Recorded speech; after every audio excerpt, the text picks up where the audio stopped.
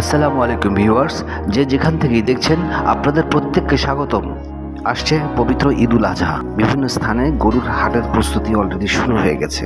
আপনাদের মধ্যে যারা পশু কোরবানি করবেন তাদের জন্য এই ভিডিওটি অত্যন্ত গুরুত্বপূর্ণ হতে চলেছে। আমরা সারাদিন অথবা সারা রাত গরুর হাটের এ প্রান্ত থেকে ও প্রান্তে ঘুরে খুঁজে খুঁজে আমাদের পছন্দ মতো কোরবানির উদ্দেশ্যে সুন্দর ও নাদুস নুদুস টাইপের পশুটিকে বাছাই করে নিয়ে আসি। কিন্তু একটি জিনিস ভুলে যাই যে সুন্দর দেখতে নাদুস নুদুস ওই পশুটি কি কোনো রোগে আক্রান্ত কিনা।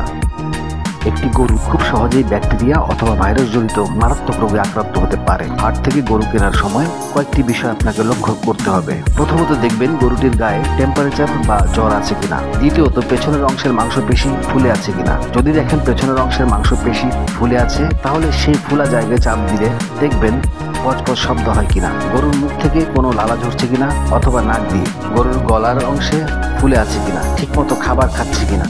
এই বিষয়গুলি লক্ষ্য রেখেই আপনি গরু কিনবেন, তাহলে আপনি একটি সুস্থ গরু কিনতে পারবেন। ভিডিওটি ধৈর্য সহকারে দেখার জন্য ধন্যবাদ। যদি ভালো লাগে তাহলে একটি লাইক দিয়ে যাবেন। আর যদি আপনাদের এই বিষয়ে আরও কোনো প্রশ্ন থাকে তাহলে কমেন্টে জানাবেন। সাবস্ক্রাইব করতে ভুলবেন না, কেননা আগামী ভিডিওতে এই বিষয়ে আরও কিছু গুরুত্বপূর্ণ আলোচনা নিয়ে আপনাদের সামনে উপস্থিত হব।